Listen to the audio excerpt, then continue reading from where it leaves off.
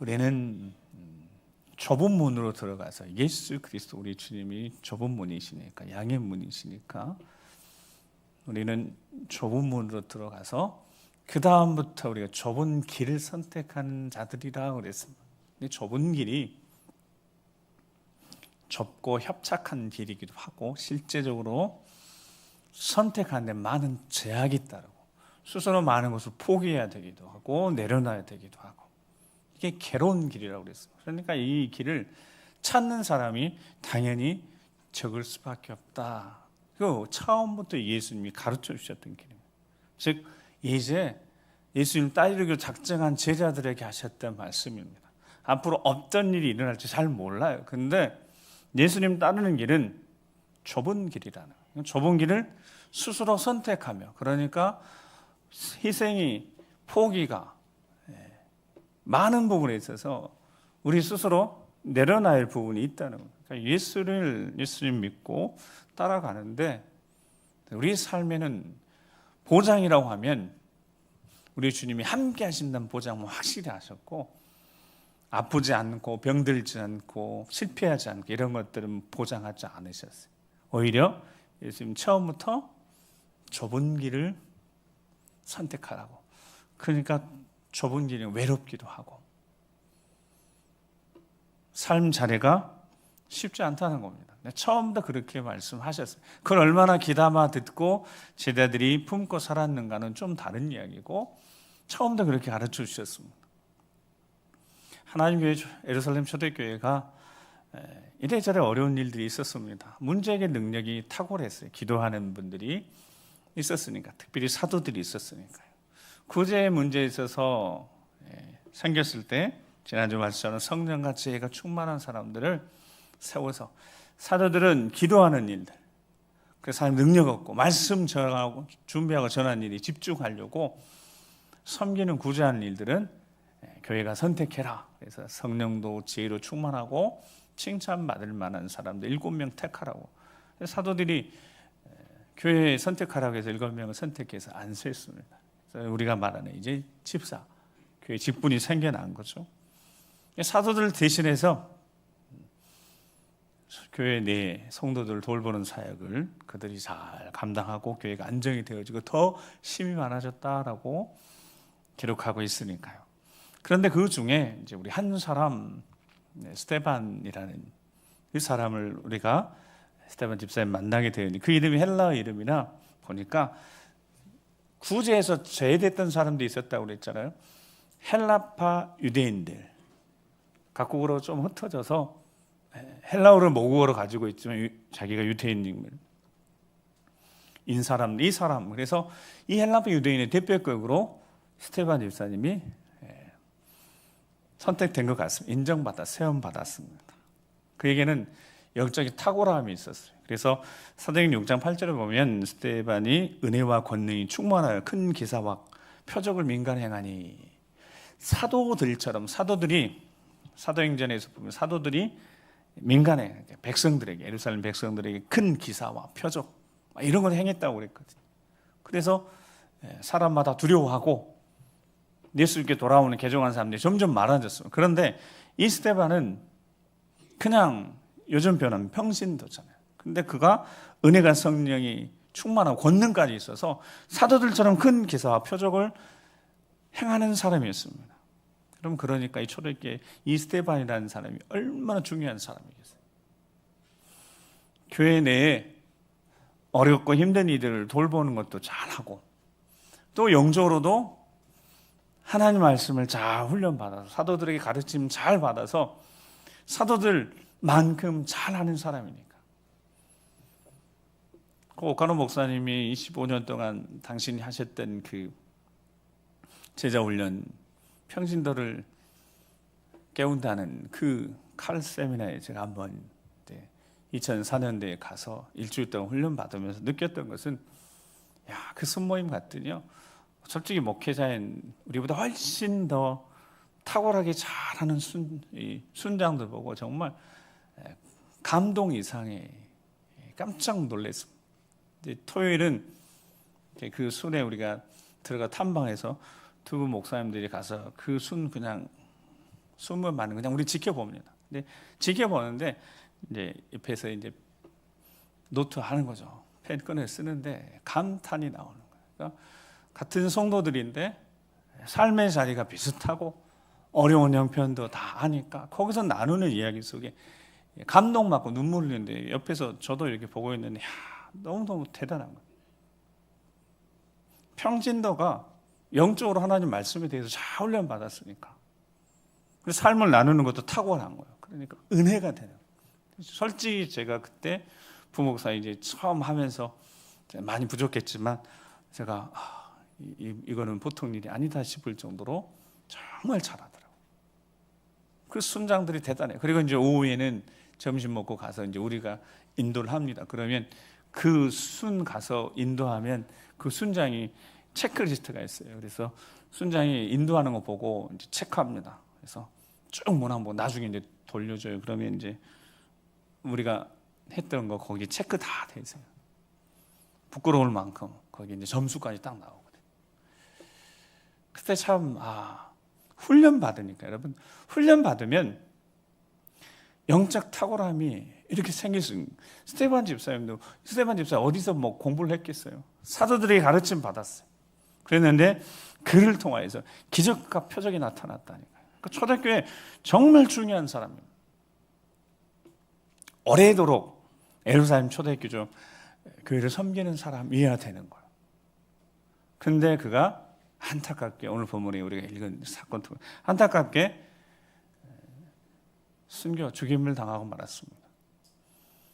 왜 하나님이 스데반을 보호하지 않으셨을까? 아니 이렇게 초대교회 중요한 사람인데 사도들을 위해 사도들만큼이나 말씀에 있어서도 그래서 오늘 7장의 스데반의 소위 설교인데 이 설교만 봐도 성경이 얼마나 통달하고 있었는지 알 수 있습니다.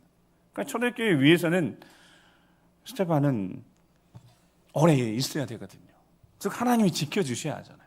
어떤 일이 있어도 지켜주셔야죠. 그가 해야 될 일이 있으니까요. 근데 결국은 그렇게 되지 못했습니다. 순교를 당했습니다. 스데반이 순교하는 과정을 앞에서 설명하는데요. 얼마나 강력하게 그의 말에 힘이 있고 지혜와 성령을 말하는지 그 스데반이 그 말하는 변론, 논쟁을 한번 해보려다가 아시아의 유대인들, 그 다음에 자유민들, 그러니까 유대는 당시 이스라엘은 로마의 속국이었으니까 로마의 속국이 아닌 그런 곳에서 온 자들도요 스데반이 얼마나 하나님 말씀에 잘 전하든지 능히 당하지 못하니까 매수해가지고 공회 앞으로 끌고 왔습니다. 그래서 이 사람이 모세하고 하나님 모독한다고 그래서 공회 앞에 끌고 왔어요. 그때 성경에 기록된 대로 그 스데반 얼굴이 천사처럼 변하면서 뭐 압박을 하는데 전혀 그 압박에 전혀 기세가 안 눌리는 거예요. 그리고 설교를 하기 시작했어요. 내 설교의 끝부분이 중요한 겁니다. 하나님 말씀 전한 다음에 사도행전 7장 51절 53절 말씀을 같이 한번 보는데 1장 51절 말씀 같이 한번 읽어보겠습니다. 시작.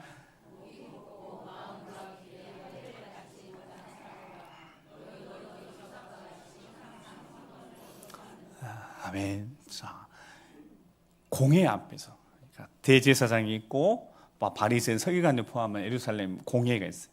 산헤드린 공회. 대단한 그 당시에 유대계 그냥 절대 권력을 가지고 있는 그들에게 잡혀가서 설교까지 주었는데 마지막에 뭐라고요?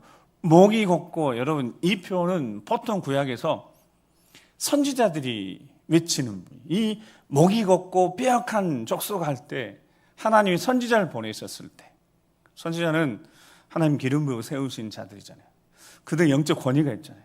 그렇게 선지자들이 외치면 쉽게 어떻게 함부로 할 수 없어요. 근데요 스데반이 그렇게 외치면 목이 곱고 마음과 귀에 할례를 받지 못한 사람들아 강력하게 책망합니다.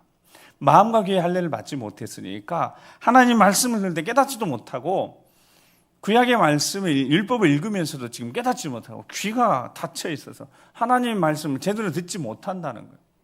제대로 깨닫지 못한다는 거예요. 너희도 너희 조상과 같이 항상 성령을 거스린다.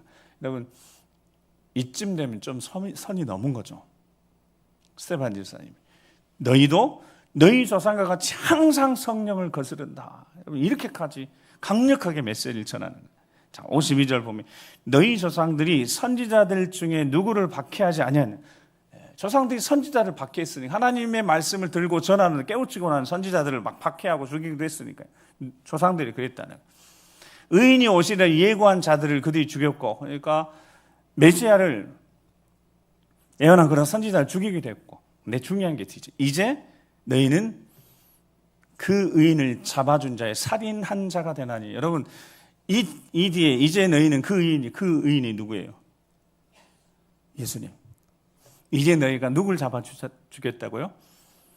그 의인, 예고된 메시아, 오실 거라는 예수를 잡아 죽인 자가 되었다고 아예 대놓고 책망하는 겁니다. 강심장인가 봐요. 이게 쉽지가 않은 일이에요. 자, 이게 무슨 뜻이에요? 스데반이 자기가 지금 뭔가 설교, 원고를 준비해서 한 게 아니잖아요. 자, 성령이 말하게 하셨어요. 성령이 말하게 하신 그대로 선포하는 건 강력하게 나가요. 이제 너희는 그 의인을 잡아준 자에 살인하는 자가 되었으니 너희는 천사가 전한 율법을 받고도 지키지 아니하였다. 아주 빠져나갈 구멍이 없다 말씀으로 칩니다. 스데반의 생각이 아니다고요. 여러분, 스데반이 준비해서 한 게 아니에요. 그럼 누가 하게 하신 거라고요? 성령이. 그럼 그 누가 책임지셔야 돼요? 성령이 책임지셔야죠. 어떻게 책임지셔야 돼요? 듣는 이들이 정신이 바짝 차려가지고 저렇게 그냥 사도도 아닌 초대교회 안수받았다는 그 집사가 저렇게 강력하게 선포를 하니까 정신 차려야겠다 이렇게 돼야 되지 않겠습니까? 혹시 오늘 보면 그들이 어떻게 하려고 하면 하나님이 지켜주셔야죠. 하나님 지켜주셔야 되는 거 아니에요? 얼마나 귀한 사람이에요. 지켜주셔야죠. 근데 그 뒤에 일이 그렇게 되지 않지 않습니까? 이 장면을 보면 이제 사도행 2장의 장면이 떠오르는 거죠.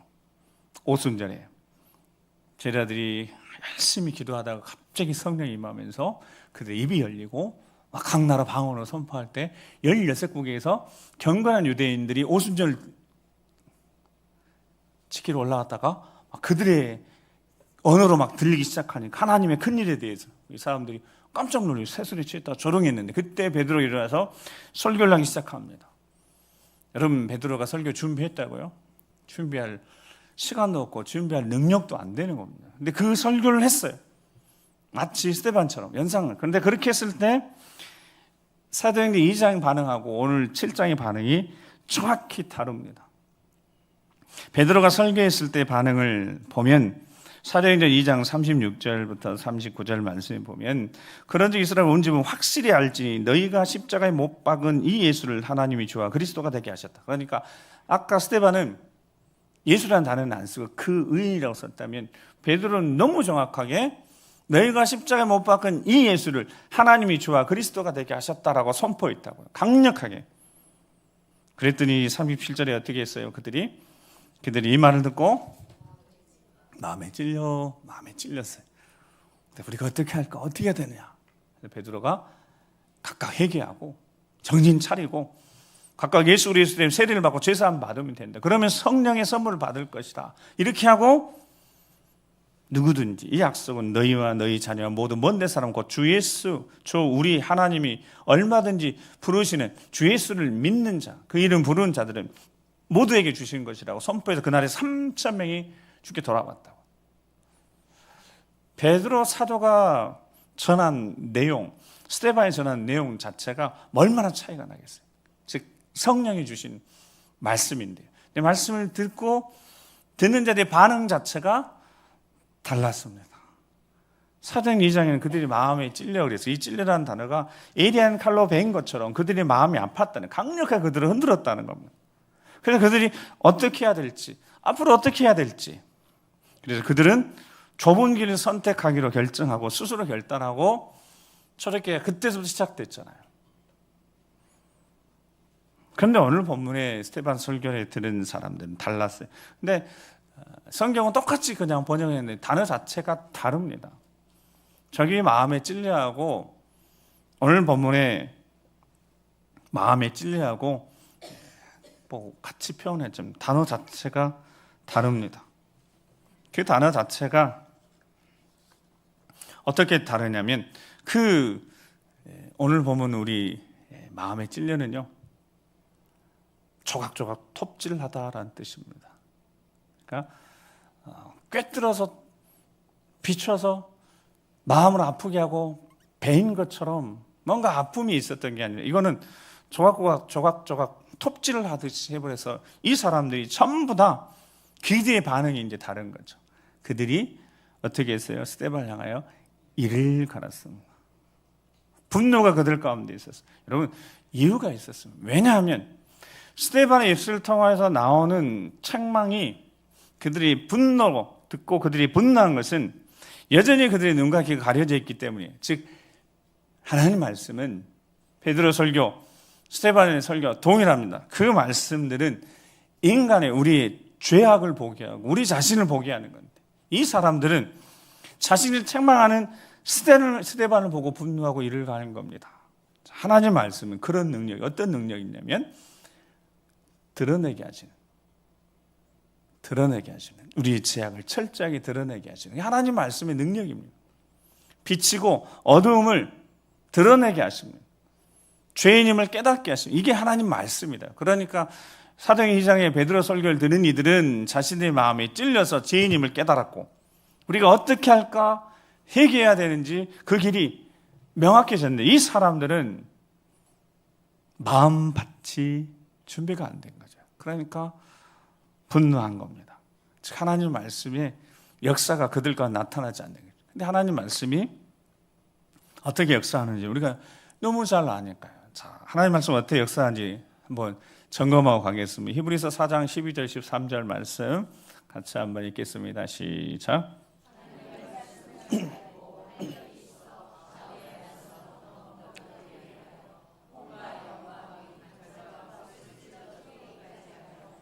또 마음의 생각과 뜻을 판단하나니 지으신 것이 하나도 그 앞에 나타나지 않음이 없고 우리의 결산을 받으실 이의 눈앞에 만물이 벌거벗은 것 같이 드러나느니라. 아멘. 하나님 말씀은 똑같아요. 하나님 말씀은 살아있고 활력이, 운동력이 있어서 그 말씀이 차후에 낯선 어떤 검보다도, 그러니까 제사를 드릴 때 각을 떼야 되는데 그 각을 뗄 때 좌우가 예리해야 되는 거예요. 각을 떼야 돼요.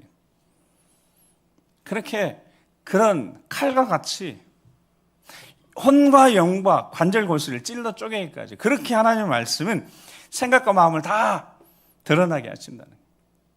그게 하나님의 말씀이에요. 그러니까 하나님의 말씀 들을 때 결국 모두가 다 똑같은 반응이 나와야 되는데, 어떤 반응이 나와야 되냐면 나를 돌아보고 나를 살피고 내가 죄인을 깨닫게 되어지는 은혜. 그래서 우리를 살리는 겁니다. 모든 성경은 하나님의 감동으로 된 것으로 교훈과 책망과 바르게 함과 의로 교육하여 유익하게 하니, 그게 바르게 함과 교훈, 책망, 이게 계속해서 하나님 말씀이 우리를 바로잡으려고 책망하시고 교훈하시고 의로운 삶을 살도록 계속 우리 방향을 설정하시는 그 말씀. 그래서 하나님의 사람으로 온전케 하고 모든 선한 일을 행할 능력을 갖추게 하시는 그 말씀을 들을 때, 말씀을 들을 때 누구를 보게 한다고요? 내 자신을. 뭐 다른 사람은 볼 필요도 없어요. 내 자신을 보게 하는 거죠. 내가 얼마나 어리석은지, 내가 얼마나 큰 죄인인지 그걸 깨닫게 하신다는 거예요. 예수님이 제자를 부르시는 장면을 누가복음 5장에 기록하는데요, 이 어비들이 밤새도록 그물을 내렸는데 하나도 잡지 못합니다. 그때 예수님이 그들에게 찾아오셨죠. 그래서 깊은 데로 가서 그물을 내리라 그러는 거예요. 베드로가 듣고 있다가, 우리가 밤새도록 있어서 수고해서 헛수고했지만 말씀에 의지해서 그물을 내리겠습니다 하고 순종했더니요, 고기가 너무 많아서 찢어질 정도예요. 동무들까지 불러서 배에 가득 실은 다음에 시몬 베드로가 예수님께 고백했던 그 고백이 누가복음 5장 8절에 그대로 나와 있습니다. 누가복음 5장 8절 읽겠습니다. 시작.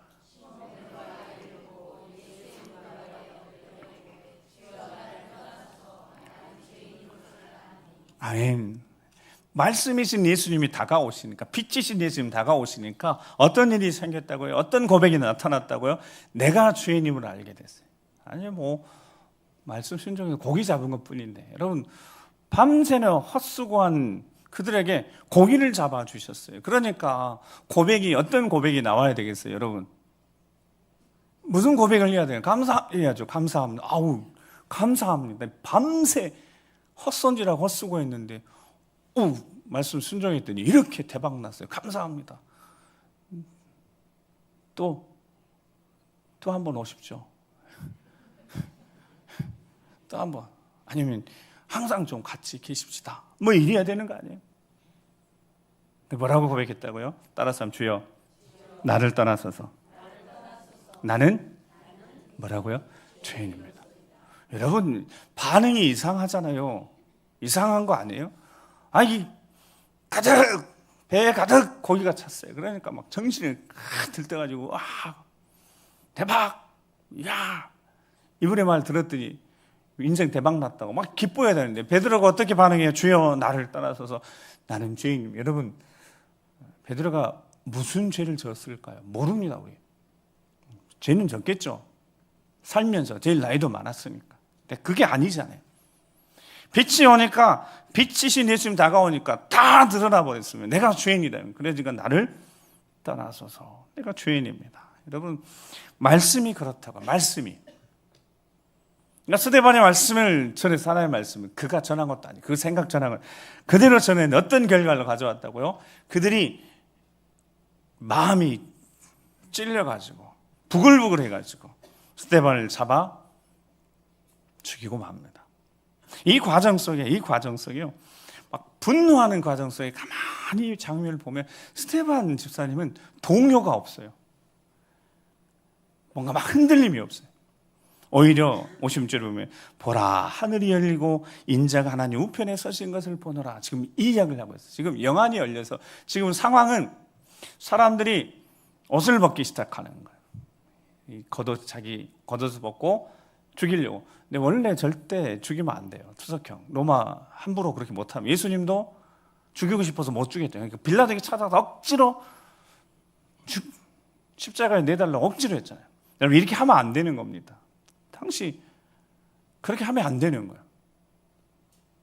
근데 이 일들이 계속 진행되고 있는데 마치 이들하고 상관없이 뭔가 동 떨어져서요, 스데반 집사님 표정이 천사의 얼굴이었고, 보라, 하늘이 열리고 뭔가 보여진 거죠.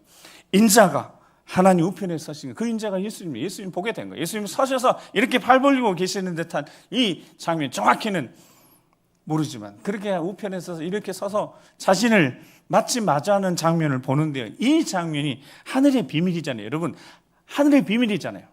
결국 우리가 이 장면처럼 우리 주님 품에 안겨야 되잖아요. 이 장면, 이 놀라운 천국의 비밀이 선포되는데 그 이야기를 못하도록 그들이 소리를 지르면서 큰 소리, 일제히 귀 막고 소리 지르면서 스데반 치면서 끌고 성 밖으로 나가서 돌로 쳐 죽이고 맙니다. 앞으로 이 스데반 집사님 정말 많은 일들을 해야 될 사람이었습니다. 초대교회 정말 중요한 사람이었어요. 앞으로 더 많은 일들을 그를 통하여서 일어날 거고, 정말 교회에서는 정말 필요한 사람이었어요. 그렇다면 하나님이 지켜주셨어야 되거든요. 이런 상황 속에서 그들이 찬란한 빛을 딱 봐가지고 눈을 다 멀게 해가지고 더 이상 어떻게 못하도록 그들을 다 막고 돌을 다 던지고 돌아가도록 해요. 이렇게 해서 스데반 집사님이 승리하는 모습이 그려져야 되는데, 그렇게 영광 가운데 두 팔 벌리고 무릎 꿇고 마지막에 저들에게 돌리지 마시라고 하고, 어떻게 해요? 이 말을 하고 자고 맙니다. 예루살렘 교회의 첫 번째 순교자 희생이 발생했습니다. 근데 우리는 이 말씀을 잘 알고 있습니다. 제가 여러 번 말씀드렸으니까. 이거는 겉으로 보여지는 것이 전부가 아닌 거예요.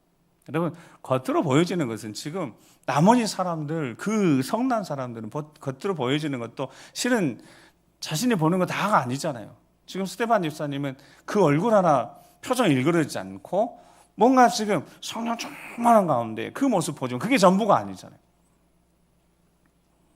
근데 하나님은 스데반을 지키시지 않으신 이유가 있었던 거죠. 희생 제물을 삼으셨기 때문에 그랬습니다. 그 희생을 통하여 뒤에 놀란 하나님의 계획하심이 있었습니다. 그래서 어떤 학자들은 스데반을 하나님이 죽이셨다고 그렇게 이야기를 합니다. 결국은 그런 거예요. 왜냐하면 말씀대로 이루어져야 되니, 그 말씀이 사도행전 1장 8절이니까 너에게 성령이 임하시면 권능을 받아서 예루살렘 온 유대와 사마리아 땅끝까지 내 증인이 되리라 했는데, 그 증인의 삶이 이제 돼야 되니까 그 다음에 스데반 죽고 난 다음에 교회에 큰 핍박이 시작됐습니다. 그리고 성도들이 다 뿔뿔이 흩어졌습니다. 그런 결론은 하나님은 누군가의 희생, 그 스데반, 그것도 초대교회에서 사도들 위해 가장 필요한 사람, 가장 소중한 사람, 가장 신실한 사람, 그 스데반을 희생 제물로 삼으신 다음에 성도들 흩으셔서 그들이 증인되게 하셨습니다. 하나님은 말씀대로 이루십니다. 말씀대로. 그래서 말씀대로 순종한 사람들을 사랑하십니다. 스데반이 하나님 말씀에 순종한 거잖아요. 어쩌면 마지막 그 책망하는 거, 목이 곱고 귀와 마음이 할례를 받지 못하고 너희는 너희 조상처럼 항상 성령을 거스는데, 이 말씀이 불쑥 나올 때 어쩌면 이 말을 하면 안 되니까, 큰일 나니까 그렇게 했을 수도 있겠지만 스데반은 그냥 순종했다고요. 왜냐하면 자신이 가는 길이 좁은 길이고, 그 좁은 길에 우리 주님이 함께하고 성령이 함께함을 경험했기 때문에. 여러분, 우리는 좁은 길을 걸어가는 사람들입니다. 좁은 길을 선택하는 사람들. 이 좁은 길을 걸어가는데 여러분 쉽지가 않잖아요. 그래서 예수님 미리 경계를 하셨습니다. 이 좁은 길을 가는데, 스스로 선택한 좁은 길을 가는데 계속해서 우리를 흔들고 무너뜨리고 미혹해서 그 좁은 길에서 벗어나서 눈을 돌리면 넓은 길이 있으니까, 많은 사람들이 가는 길이 있으니까, 굳이 그렇게 애쓰고 수고하고 그렇게 가져갈 필요가 있냐고, 그렇게 가져갈 필요가 있냐고, 이런 미혹의 손길들이 있을 때 우리는 끝까지 우리 주님 바라보고, 스데반의 눈이 어디에 고정되어 있었습니까? 예수 그리스도에 고정되어 있었습니다. 여러분, 스데반처럼 살아야 됩니다. 그러면 마음에 불편함이 있으니지, 스데반 집사님처럼 살아야 됩니다. 그러면 짧고 굵게인데, 여러분 33년 이상 살았으면, 여기 딱 봐도 33년 못 산 분들은 별로 없는 거예요. 33년 살았으면 됐잖아요. 예수님보다 더 많이 살았으면 더 말할 거 없잖아요.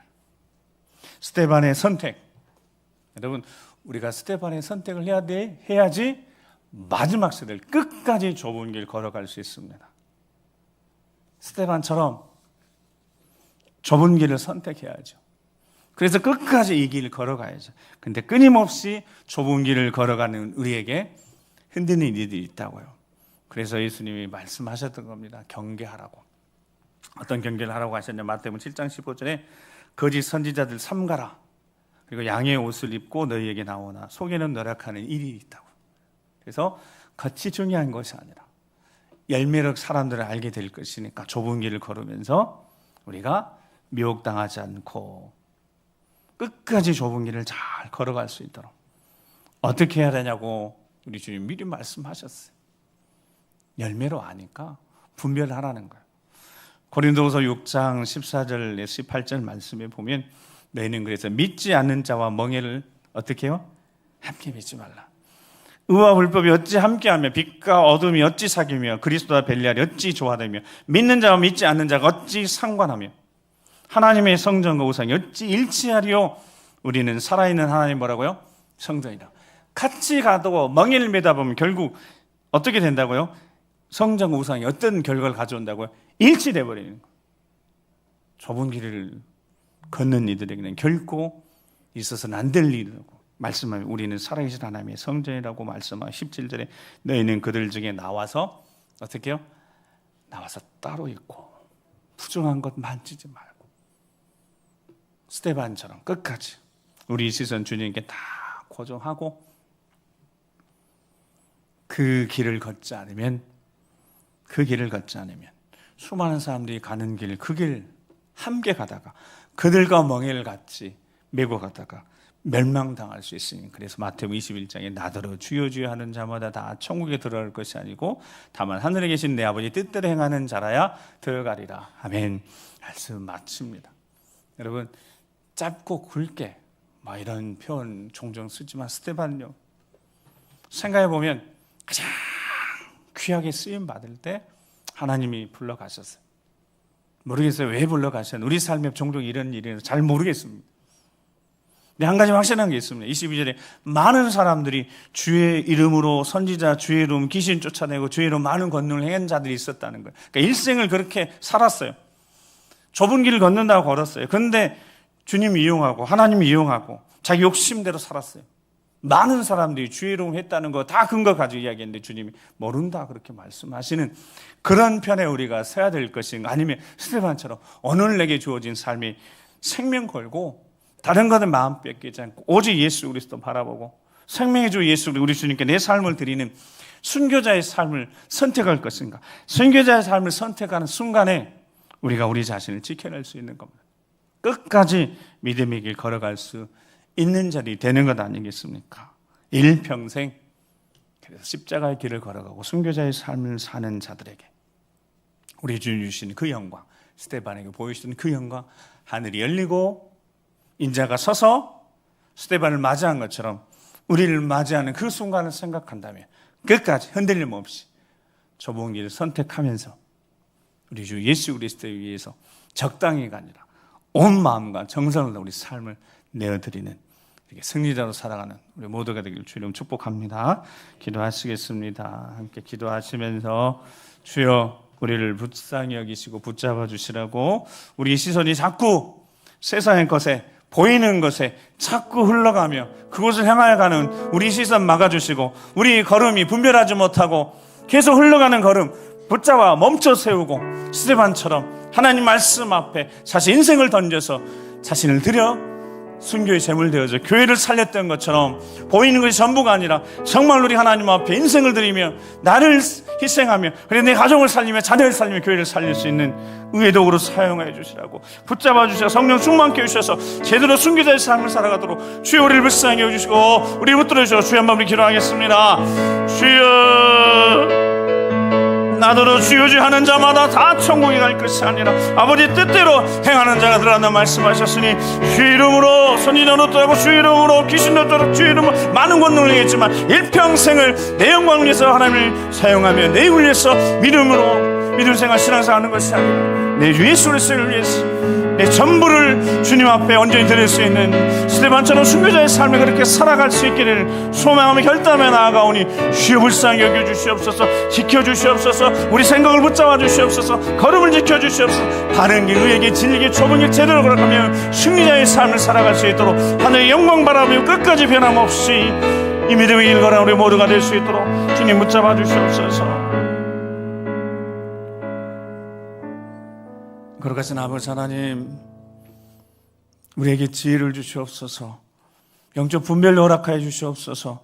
품어야 될 생각 이상의 생각 품지 않고 우리의 걸음 생각 지켜주셔서 가야 될 길, 좁은 길 제대로 걸어가는, 미혹이 있고 유혹이 있어도 우리 주님만 바라보고 거룩한 신부로 삶을 제대로 잘 살아내고 승리하고 우리 자녀들 다음 세대 살려내고 우리 교회의 다음 세대 살려내서 주님 앞에 언젠가 부끄럽지 않게 스데반처럼 두 팔별로 일어서서 환영해 주신 우리 주님을 꼭 만나서 그날의 영광을 아버지 앞에 소망하며 믿음으로 나아가 승리하는 우리 모두가 되도록 인도하여 주시옵소서. 함께해 주실 것을 믿고 감사드리며 존귀하신 우리 구주 예수 그리스도 이름으로 기도드립니다. 아멘.